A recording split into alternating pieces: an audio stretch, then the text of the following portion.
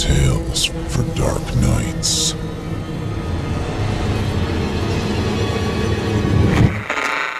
Want to make sure you never miss a Chilling Tales for Dark Nights video again? Be sure to subscribe and hit that bell to turn on notifications. The following program is a production of Chilling Entertainment and the creative team at Chilling Tales for Dark Nights, and a proud member of the Simply Scary Podcasts Network. Visit simplyscarypodcast.com to learn more about this and our other weekly storytelling programs. Thank you for listening, and enjoy the show.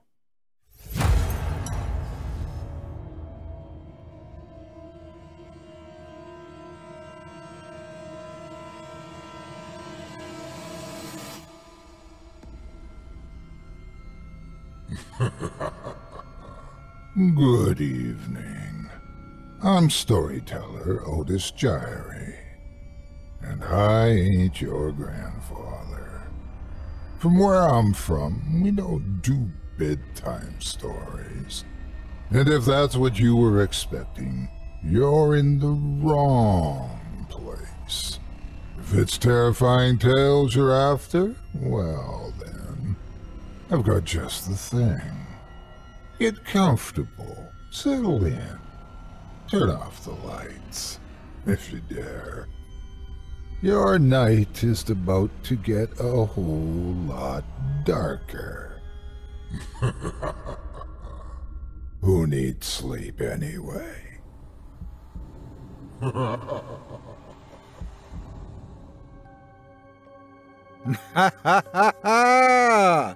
Good evening. You're listening to Scary Stories Told in the Dark. Welcome to Season 9, Episode 21. I'm your host, Otis Jiry, and in this episode, I'll be performing 4 tales to terrify you, courtesy of author Chisto Healy, about villainous vocations, phantasmic photographs, deadly discoveries, and ghoulish gifts. You're listening to the standard edition of tonight's program, which contains the first 2 spine-tingling stories. If you'd like to show your support and enjoy an extended version of this and other episodes with twice the terror, visit simplyscarypodcast.com and click Patrons in the upper menu to sign up today. Thank you for your support. Now, it's time to take a walk together down the moonlit trail, so lock your doors, turn your lights down low, and settle in. The show is about to begin.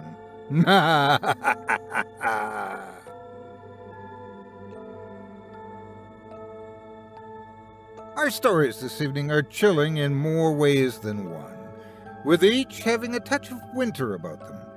In our first, from Chisto Healy, a lonely fellow finds an opportunity to escape the drudgery of the work and sleep lifestyle he's grown accustomed to. Thing is, who's providing it, and what exactly will it cost him in the long run? Without further ado, I present to you Seasonal Help.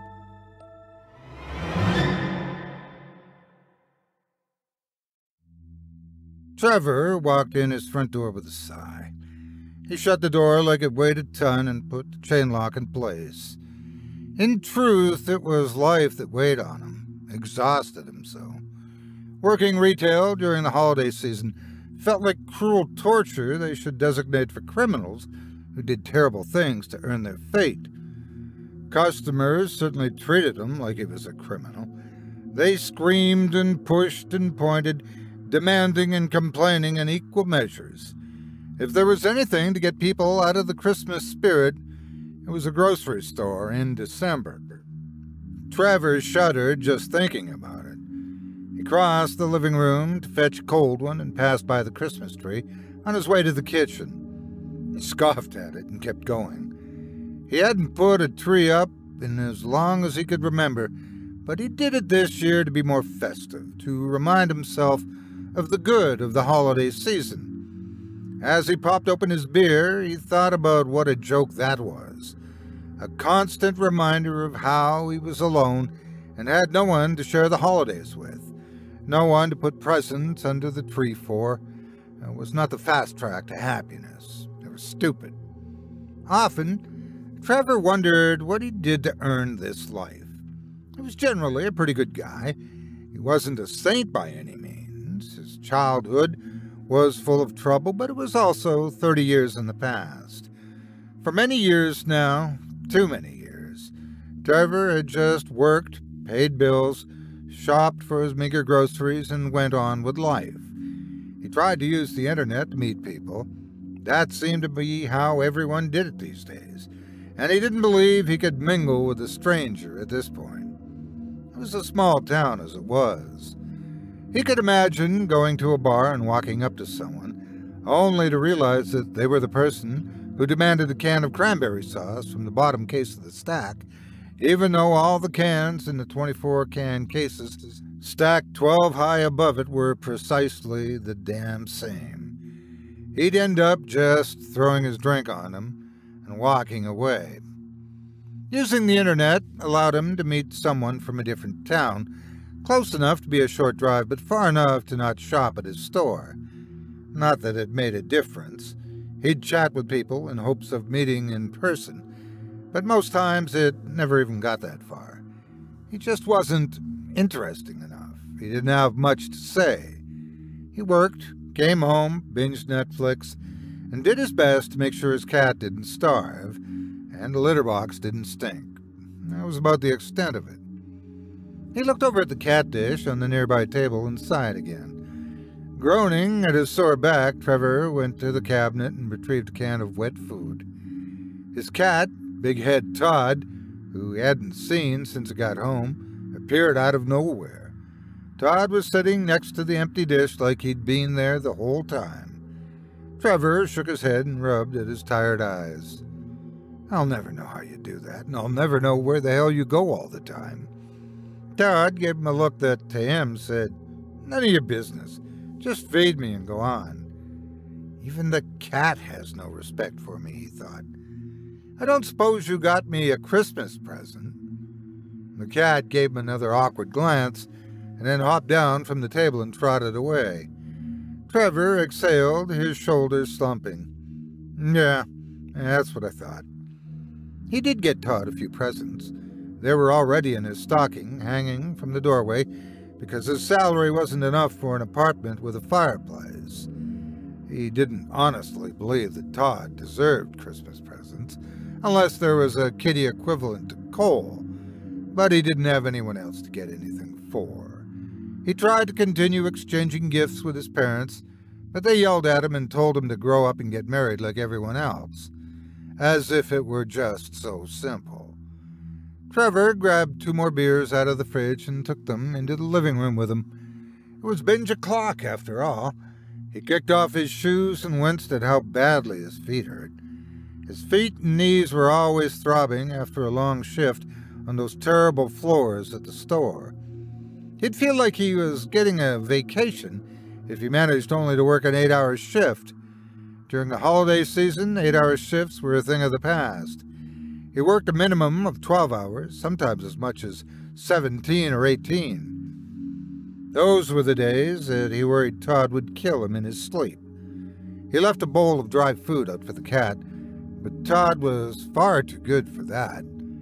Trevor wrapped himself in a blanket, turned the TV on, and started scrolling through the options looking for something to watch.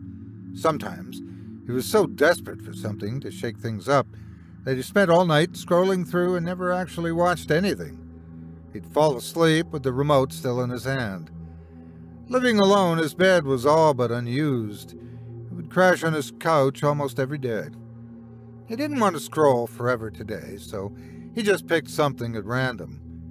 It was a TV show about a girl haunted by the owner of the heart she received in a transplant. It sounded cool. Trevor enjoyed a good horror story, though it rarely affected him like it did most people.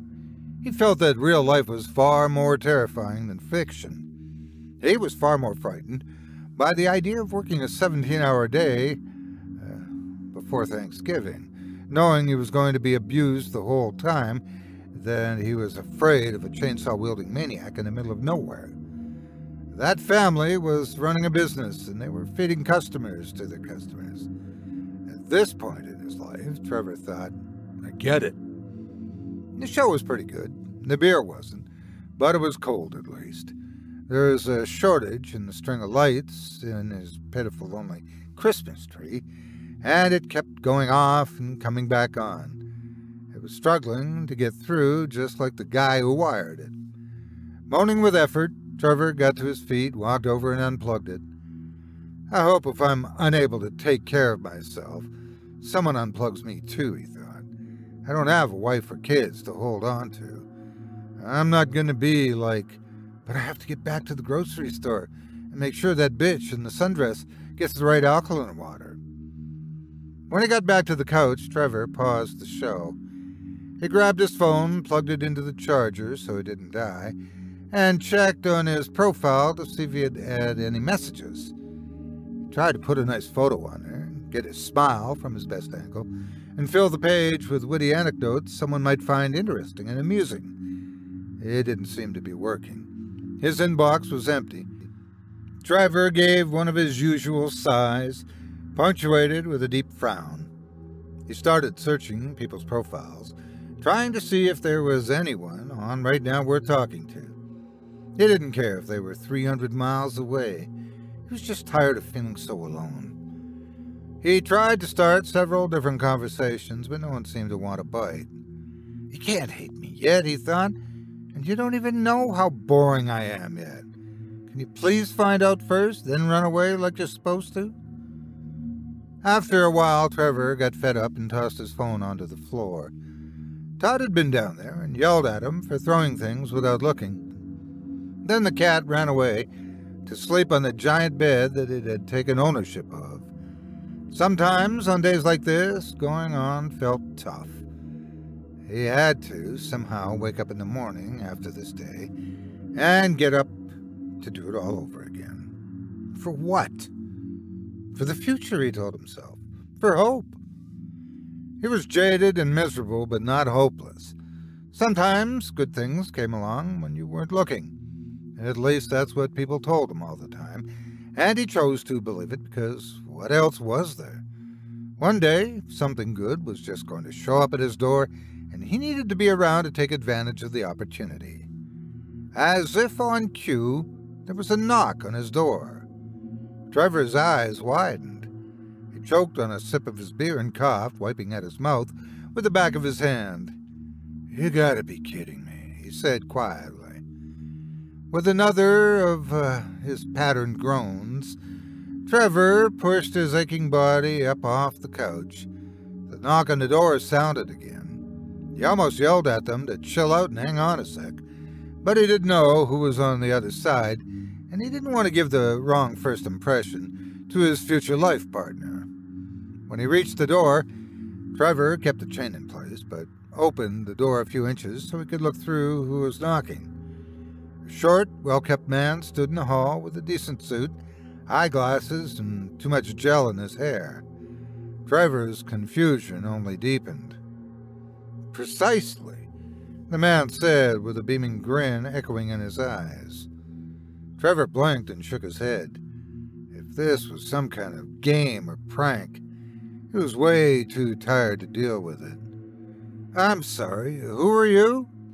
The man's smile widened and he added a wave. "I'm someone that has come a long way to offer you a job, Mr. Novak. I'm about to change your life and give you purpose if you give a few minutes of your time to entertain me." The guy sounded crazy, and there was a good possibility that he was, but what did Trevor have to lose if things went south? The guy mentioned a job, and there was nothing Trevor hated more in this world than this one. Besides, Trevor sized the guy up as soon as he opened the door. Some parts of his younger self never left, and he always stayed on guard. He was pretty sure that if push came to literal shove, he could take this guy pretty easily, though it wouldn't do any good for his already sore back. He took a deep breath, unlatched the chain, and stepped back, allowing the man to enter. The stranger stepped into his home and clapped his hands together happily. "Fantastic," he said. "Oh, now look at this." As Trevor closed the door and latched the chain again, in case the man planned to rob him and run, the newcomer made his way over to the Christmas tree, eyeing it with fascination. "You put up a tree this year and put lights on it and everything. Now that is commendable, Trevor. Good on you." Trevor tensed. It was one thing for the man to know his name. It wasn't too hard to figure something like that out. But to know he didn't usually have a Christmas tree up inside his apartment that no one ever went into but him, that was another thing entirely. Staying where he was and watching this stranger intently, he said, "Who did you say you were again?" The man snapped his fingers and pointed towards Trevor, his smile returning. "I never did, actually. I always wait until I'm inside for that, or the door could get shut in my face and drastically complicate things. Trust me, Trevor, I've learned this the hard way." Trevor sighed. He was growing frustrated. "Well, you're in, so tell me who the hell you are." The stranger looked as if he'd been slapped. "Oh my," he said as he adjusted his glasses. "Yes, well then, my name is Wiggums. I'm a workshop officer for the man at the tippy top. Before you go getting an even hotter head, Mr. Novak, it would be easier understood that I am one of Santa's helpers." Trevor actually smacked himself in the head. He couldn't believe he had just let this man into his home. He sighed and rubbed some of the stress from his face and eyes. "You're mad. What do you want?" "I assure you I'm not," the man said as he wandered into the kitchen. "Do you have any hot cocoa? I'd love a cup." "I'm surprised you don't already know the answer," Trevor said, following him, but keeping his distance. "You knew about my tree." The man gave a happy little chuckle and shook an index finger at him. "You're correct," he said, opening the cabinet next to the refrigerator and grabbing a cylindrical container of powdered cocoa. "I was merely trying to be polite and not overwhelm you. I tend not to help myself to people's cocoa if they don't offer it." He held the container up. "Do you mind?" Trevor found himself more curious than afraid of this strange man. Part of him wanted to toss the guy out in his ass, but another part of him reminded him that this was the most exciting thing to happen to him in a very long time. It was a story he could share at the store tomorrow, and maybe help some of his coworkers to find a smile as well. "Help yourself," he said. "It's probably expired, though. I never drink it." "Correct again," the man said, looking his way with a big toothy smile. "It doesn't bother me, though. There are no mealworms. That's good enough for me. Half those dates are for show." "Tell me about it," Trevor said in a huff, thinking about the terror that was his job. "Yes, right, I suppose you would know," the man said as he filled a mug with water from the tap and stuck it in the microwave, setting the timer for 2 minutes. "But what if that terrible job was merely preparing you for your true purpose?" "And what would that be?" Trevor asked, fighting back his own grin. The man watched the mug and the microwave intently for a few seconds before answering. He seemed anxious to get that cocoa. His fingers drummed on the top of the appliance. Then he stopped, rubbed his palms together, and turned to face Trevor. "You, my friend, can be the brand new quality assurance officer at the North Pole." Trevor couldn't contain his laugh this time, and he practically spit it out. "Santa's looking for seasonal help, huh? Does he provide health insurance?" Trevor chuckled to himself as he decided to take the risk and venture closer. He opened the fridge and grabbed himself a beer. Twisting the cap off, he leaned against the doorway. "Your health is insured," Wiggins told him. "Oh," he said excitedly, when the microwave beeped. He opened the door and took out his mug, filling the hot water with powdered cocoa. Trevor watched as the man knew exactly where his spoons were, taking one as if he lived there to stir his cocoa. More importantly, he would help ensure Christmas and assure that it runs smoothly and all those waiting children receive safe, functioning toys. It's a critical job, Trevor. May I call you Trevor? Or, if you prefer, Mr. Novak? Trevor smirked. He was glad he wasn't sipping his beer, or he may have to spit it everywhere. Trevor's fine. So you randomly came to my home to offer me a job as a Christmas elf, he said, barely containing his laughter. The man stopped stirring his cocoa and looked up at Trevor, losing his smile for the first time. Elves aren't immortal, you know. They pass like everyone and need to be replaced to maintain order. My job is to locate and hire their replacements, and I assure you, Trevor, your selection was far from random. Trevor took a deep breath and raised his hands. Okay, I'll bite. Why me? How did I get selected for this essential job? Wiggins nodded. He took his cup of cocoa and walked past Trevor into the living room, gesturing toward the couch. Do you mind? Trevor looked at him with surprise, but he shook his head. Wiggins nodded in return, sitting down and sighing happily before sipping at his cocoa. When he looked back at Trevor, he said, Well, we keep the naughty file list for this reason. We follow them. I'm sure you know that you spent a good deal of your childhood on that list. Trevor's eyes widened.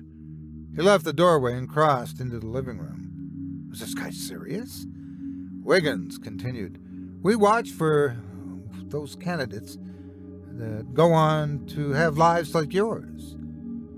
What kind of life is that? Trevor wasn't smiling anymore. He was ready for this prank to be over. He had to sleep before another long day of work. A lonely one, Wiggins said, sipping his cocoa. We look for someone who can walk away from their lives and not have to feel guilty for leaving a family behind. Someone who won't be missed and cried over. Trevor felt suddenly angry. He set his beer down on the end table next to the couch and stared at the man, happily sipping cocoa like a child. Who are you? Who put you up to this? I assure you that I'm exactly who I say I am, and trust me, Todd will get on just fine without you. You're a convenience for him, not a necessity. Trevor's anger didn't diminish, but he felt that part about the cat was probably true. All right, then. Show me some kind of proof that you are who you say you are. The light-up power sword, Wiggins said without looking up. He continued to enjoy his hot beverage. Trevor squatted before his couch so his glare could meet the man's eyes. He'd asked for a light-up power sword that he saw at the store, put it in his letter to Santa they made him write at the juvenile detention center, and then received nothing, essentially seeing it as proof that Santa didn't exist or didn't care. Tell me who you are, Trevor demanded. I'm not going to ask you again. How do you know the things you know about me? I've already told you that, Wiggins said, placing his now empty mug down next to Trevor's beer on the end table. Thank you for the cocoa. It was delightful.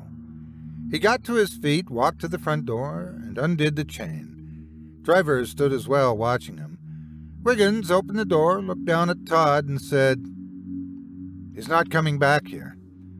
The cat looked up at him, like he somehow comprehended what the man said.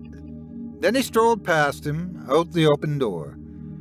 Trevor felt like he'd been punched in the heart. The cat was all that he had in this world. You have some nerve, he growled. I can't believe you just let my cat out. You said I'm not coming back. You planning to kill me? Because it won't be so easy. Simmer down, Wiggins said in his usual friendly grin. The workers at the North Pole don't just work during the Christmas season. They have to work all year to keep things going smoothly. It's a full-time position. You would essentially have to give your life up here and move to the North Pole. Well, shouldn't you find out if I want to do that before you release my cat? Trevor was not simmering down, not in the least. I want you to get out of here, now. No, you don't, said Wiggins. You're angry at yourself, at life, at years of loneliness, and a world that left you with nothing to abandon. You're just projecting that anger at me. In the end, you'll come with me. They always do. Trevor snarled like an animal. And how would we get there? Christmas magic, reindeer, a flying sleigh? Wiggins smiled. He stepped away from the door closer to Trevor. Christmas magic is the correct answer. He pulled a plastic-wrapped candy cane from inside of his pocket of his suit jacket and extended it outwards toward Trevor. All you have to do is eat this. It's wrapped so you know it's not poison or anything silly like that. Take one bite and you'll be right where you need to be. Trevor snatched the candy from the man's hand. Of course, he didn't believe it was magic, but he also didn't think it was poison. This was some kind of big joke, and he wanted to get it to the end of it. He wanted to look for Todd and hopefully get home in time to get some sleep before getting up for work. He unwrapped the candy cane while staring furiously at the man, grinning back at him. Then he chomped down, taking a big bite out of the top of the curved candy cane. And suddenly, Trevor found himself somewhere else. He was in what looked like to be a warehouse. He was seated at a table with what had to be hundreds of other people, all looking exhausted, sickly, and miserable, their mouths sealed shut tightly. In the center of the table was a conveyor belt, sending toys between people at the table. Trevor felt real fear for the first time since Wiggins arrived at his door. He saw the man standing next to him, still wearing his obnoxious smile. There was a clanging sound, and Trevor looked down to find his wrists wrapped in shackles that came from chains that ran to the floor. Trevor tried to demand to know what was happening, but his mouth wouldn't open. He looked at Wiggins with wild eyes. Wiggins, on the other hand, never lost his smile. Trevor flinched and realized that someone had just put an IV into his hand. What in the name of God was happening? "I'll be back shortly to administer the feeding tube," the nurse said. "Delightful," Wiggins said back.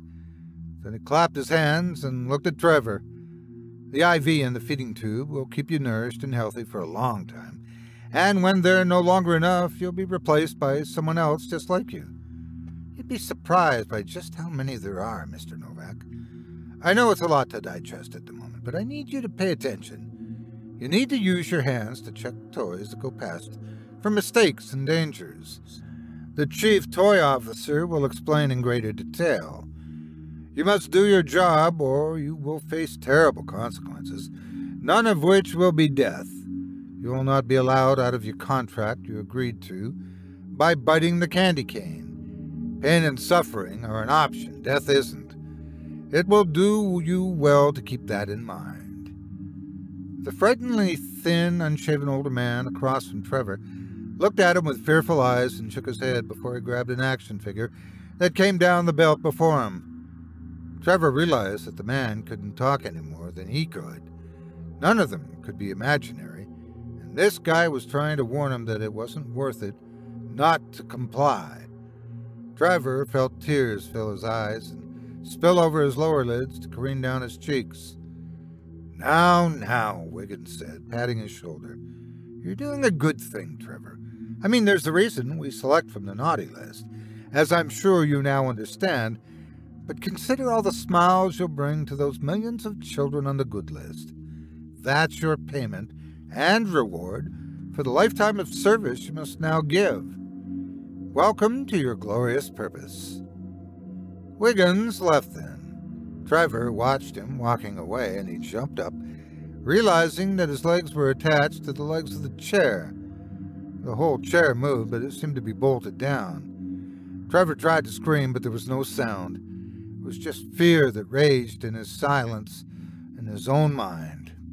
Around him, the others looked at him with wide, fearful eyes and shook their heads.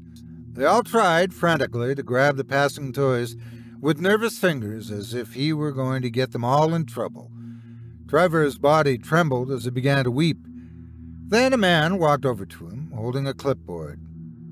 "Greetings, newbie," he said. "I'm the chief toy officer. Pay attention because I'm about to show you what you're looking for, and I don't like to repeat myself. This job is all there is for you now, so you want to do it right. There's nothing else but the job. the job and the consequences of not doing it. Welcome to Santa's workshop, elf.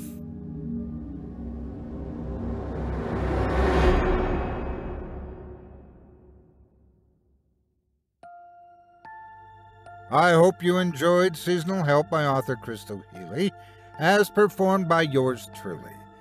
If you enjoyed that first tale and would love to read more from tonight's very talented feature author, you can help support him by visiting simplyscarypodcast.com/Healy. That's simplyscarypodcast.com/HEALY. His short horror has graced a number of works, including Dead Lucky, Tales from the World of Adrian's Undead Diary, Book 7, Madame Gray's Creepshow, and many more. If you do decide to stop by, please leave Chisto a kind word and let him know you heard about him here on this show and that Otis Jiry sent you. It would mean a lot to me. Thanks again for your support of this program and of tonight's featured author. Oh dear, poor Trevor. But I guess taking candy from a stranger isn't just something kids shouldn't do. But hey, at least we know all those Tickle Me Elmos will ship on time. Speaking of gifts, sometimes we receive gifts from people because they care about us and want to bring a little joy in our lives. Some gifts, though, are not always sent with the best of intentions. Take our friend Donald, the subject of our second story from Chisto Healy. He's about to receive a very special gift that might bring more joy to the sender than the recipient. Without further ado, I present to you the Christmas gift.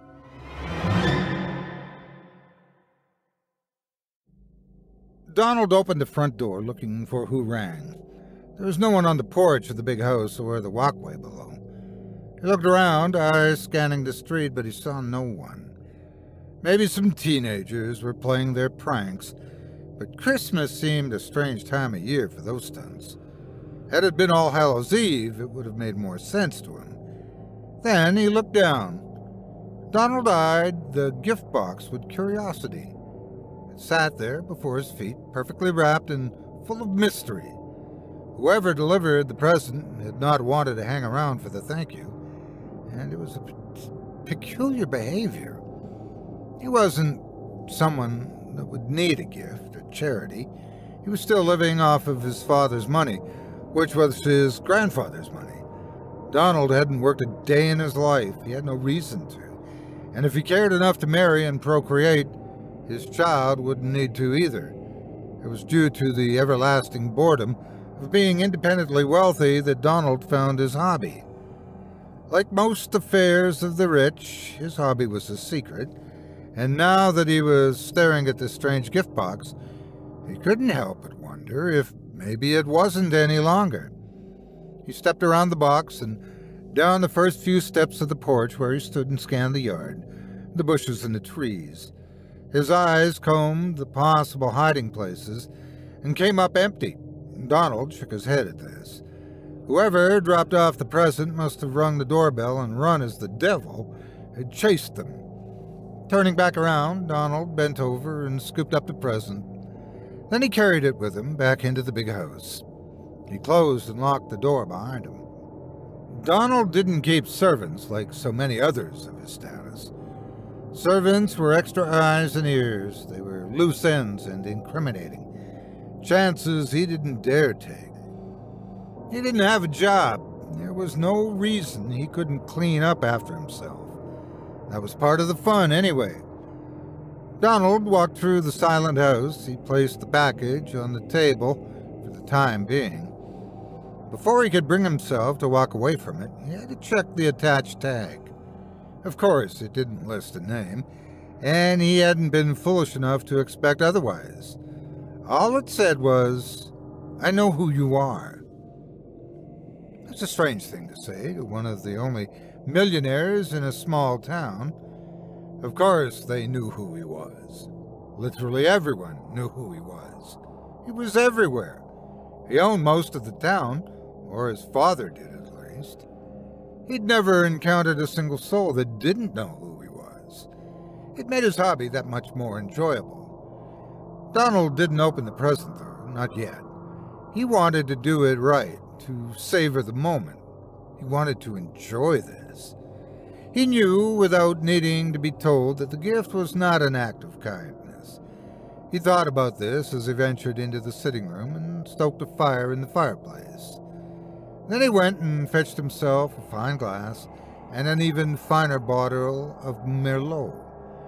He carried them into the sitting room and placed them on the end table, next to his favorite chair, nestled in the warmth and glow of the hearth.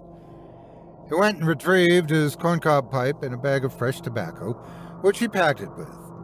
Only then did he grab the present and take it with him into the sitting room.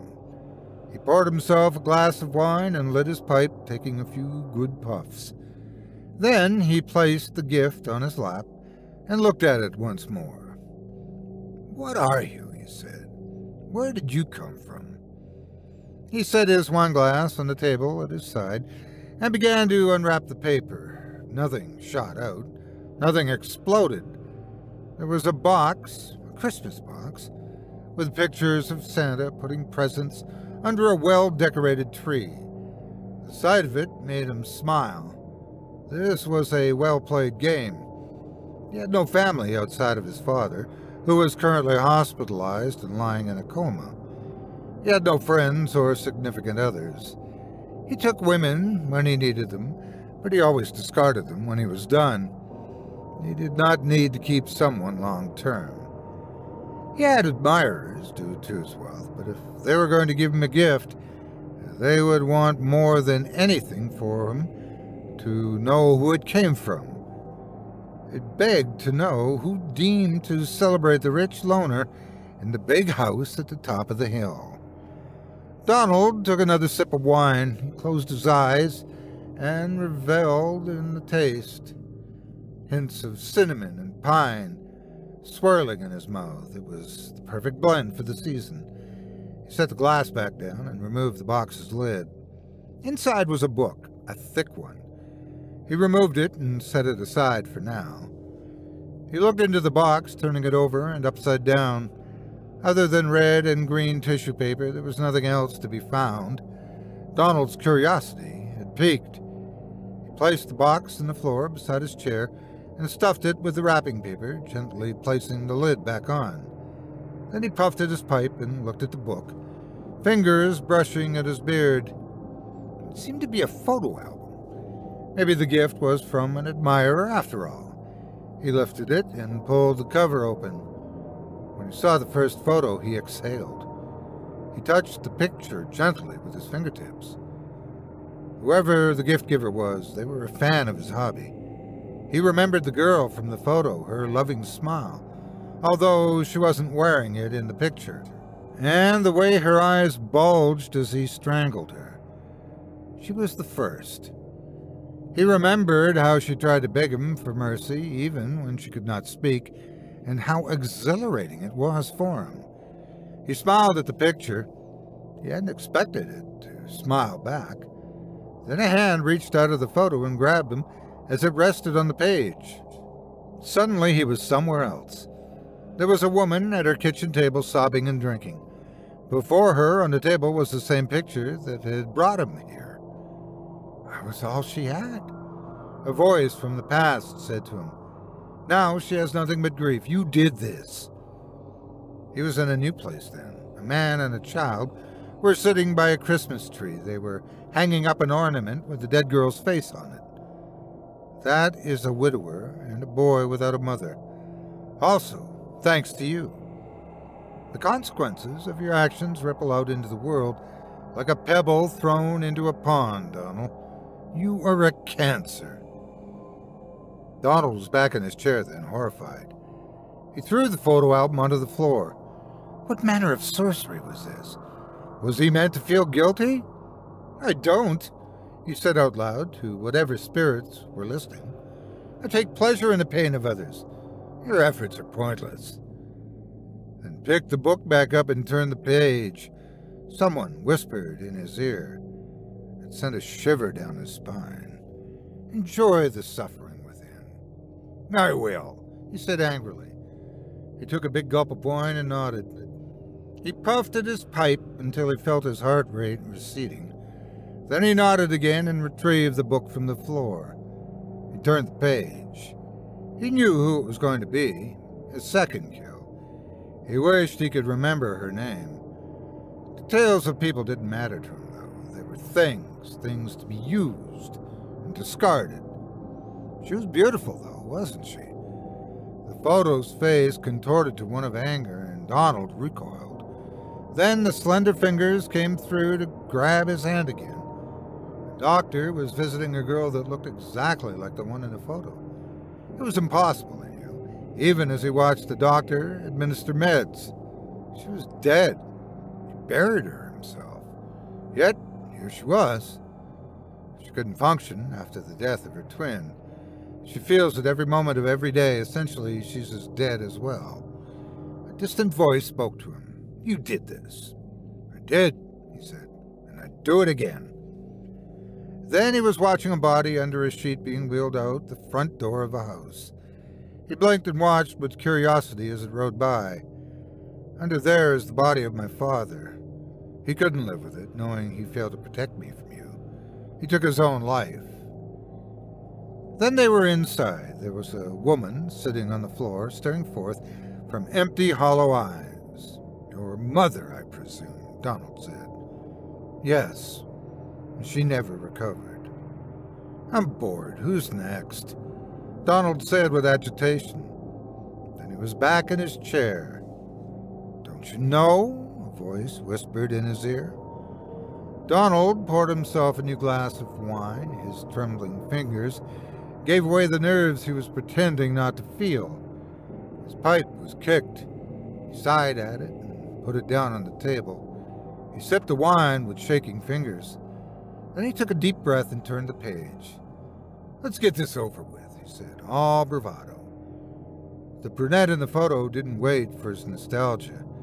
She just reached up out of the photo and grabbed his arm, a silent scream on her lips.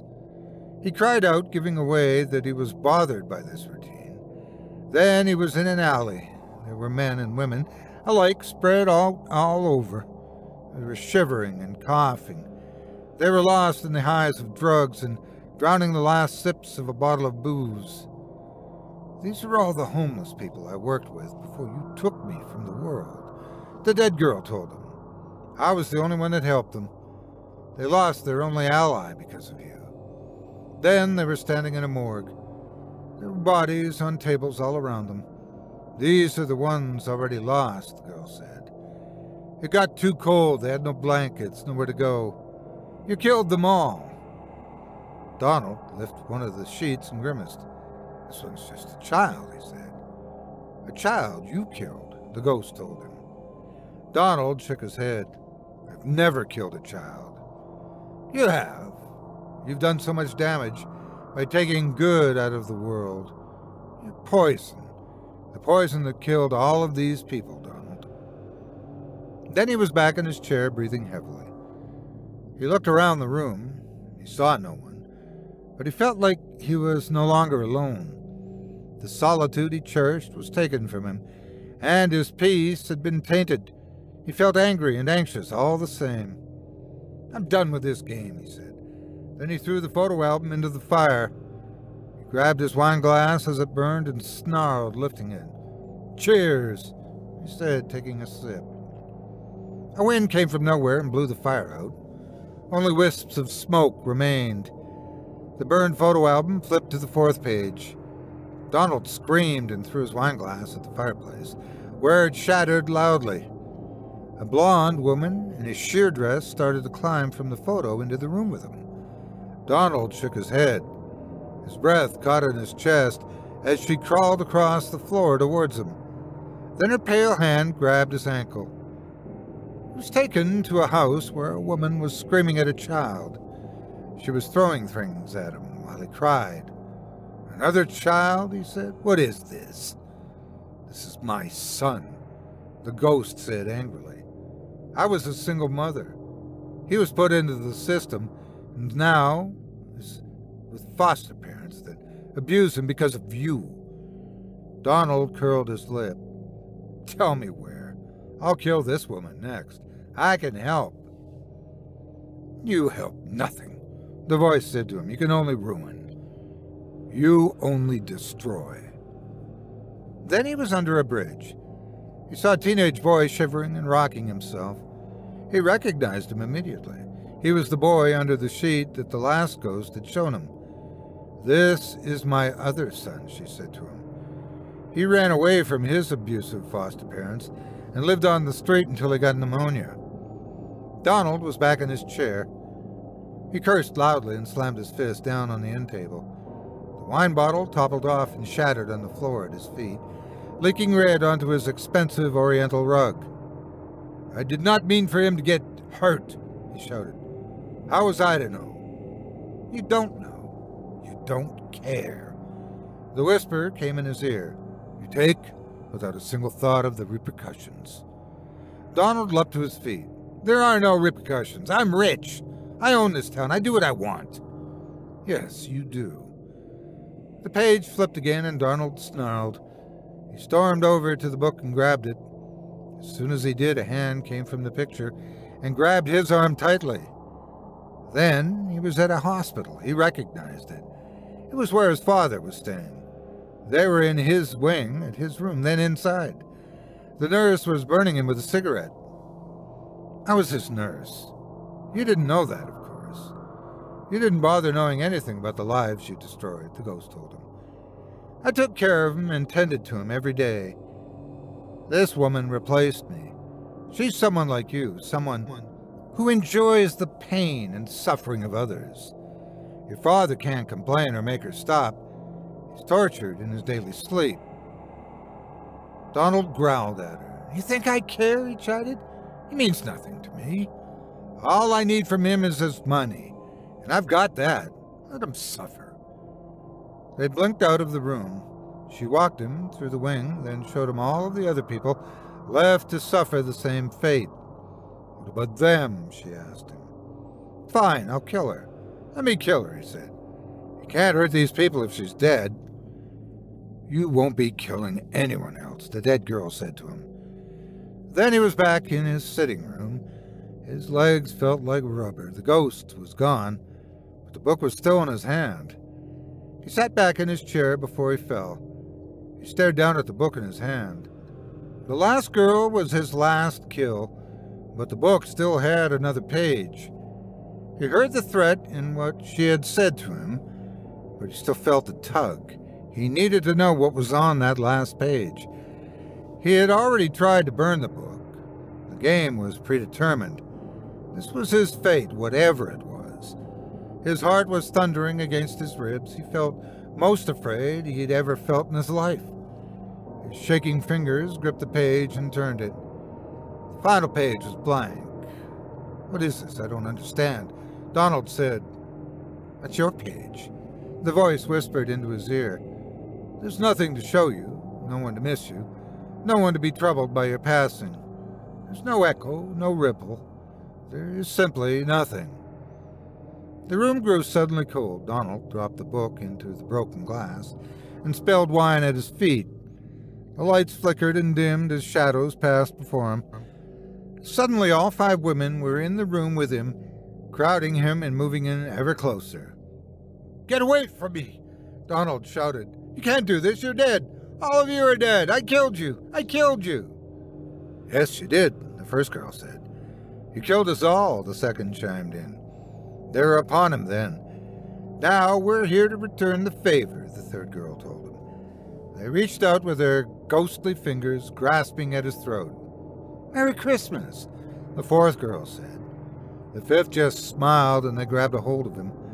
All together they squeezed and watched as he struggled, his eyes bulging.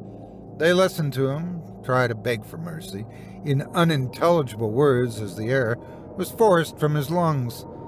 His fingers dug into the arms of the chair and his legs kicked as the air escaped him. Then the big house was quiet and still. All 6 of them were gone. Outside, the jingling of bells accompanied the harmonizing voices of carolers, and life went on.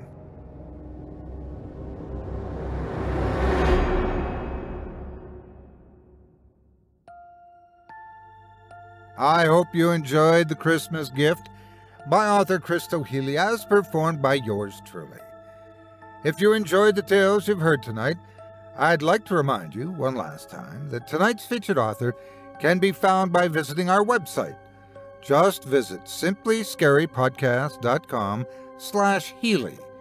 That's simplyscarypodcast.com/HEALY. If one of his tales isn't satisfactory enough, be sure to check out one of his many others across numerous anthologies. As a reminder, if you decide to give any of this talented author's stories a read, please consider leaving them a quality review and a kind word, or a thoughtful public comment and an upvote, and be sure to let them know you heard about them on this program and that me, Otis Jiry, sent you. It means more to me than you can imagine, and I'm sure Chisto would much appreciate it as well. Thanks again for your support of this show and of tonight's featured author. Now, before we go, I'd also like to take a moment to thank you personally for joining me for this episode of Scary Stories Told in the Dark. If you enjoyed what you've heard on today's program, please take a moment to stop by our iTunes page or wherever else you listen to your favorite podcasts and leave us a 5-star review and a kind word. It makes a huge difference and would mean a lot to us. If you'd like to hear a premium extended edition of tonight's and all of our other episodes featuring Twice the Terror, visit simplyscarypodcast.com today and click the Patrons link in the menu at the top of the screen. You'll find yourself at chillingtalesfordarknights.com, where you can purchase season passes for this podcast and our other quality storytelling programs, or become a patron for as little as $5 per month and get access to our entire audio archive dating back to 2012, all of it ad-free. If you happen to use Facebook, Twitter, Instagram, or YouTube, you can follow and subscribe to Chilling Tales for Dark Nights there, where you'll get all of our latest updates and new releases and have the chance to interact with us each and every week. You can subscribe to me on YouTube as well at the Otis Jiry channel, where you'll find releases of my series, Horror Storytime, dating back to 2014. And you can find me on Facebook, Twitter, and Instagram as well. Just search for Otis Jiry. Until next week, stay spooky and get some sleep, if you can.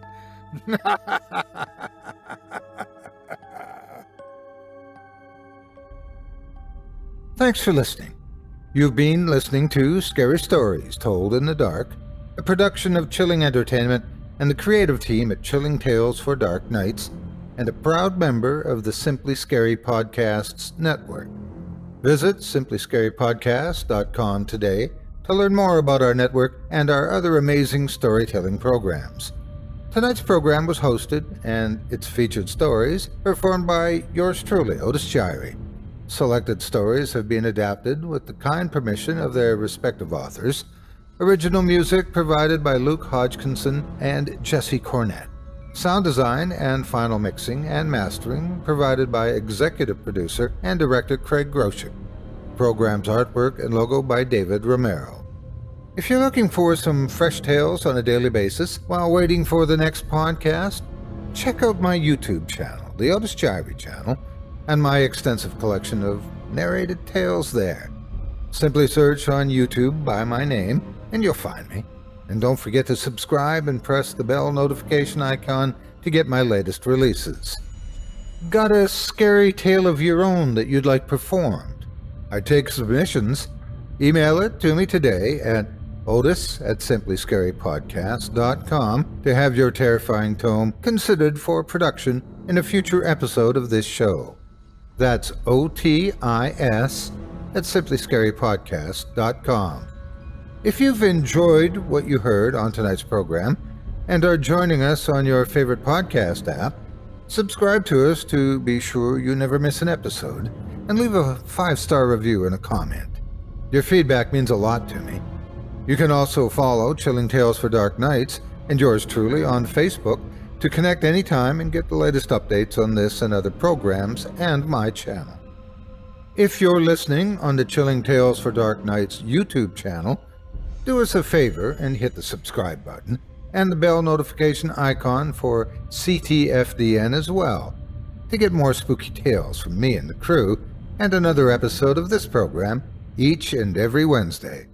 And don't forget to hit that thumbs up button to tell us how we're doing and leave a kind word or a request. And don't forget to visit us at chillingtalesfordarknights.com and consider supporting the team by becoming a patron. In addition to helping us out, you'll get exclusive access to our audio archive and ad-free downloads of all your favorite stories, including those you've heard on this program. As for me, I'll be back next Wednesday with more terrifying tales to keep you up all night. But that's all right. Who needs sleep anyway?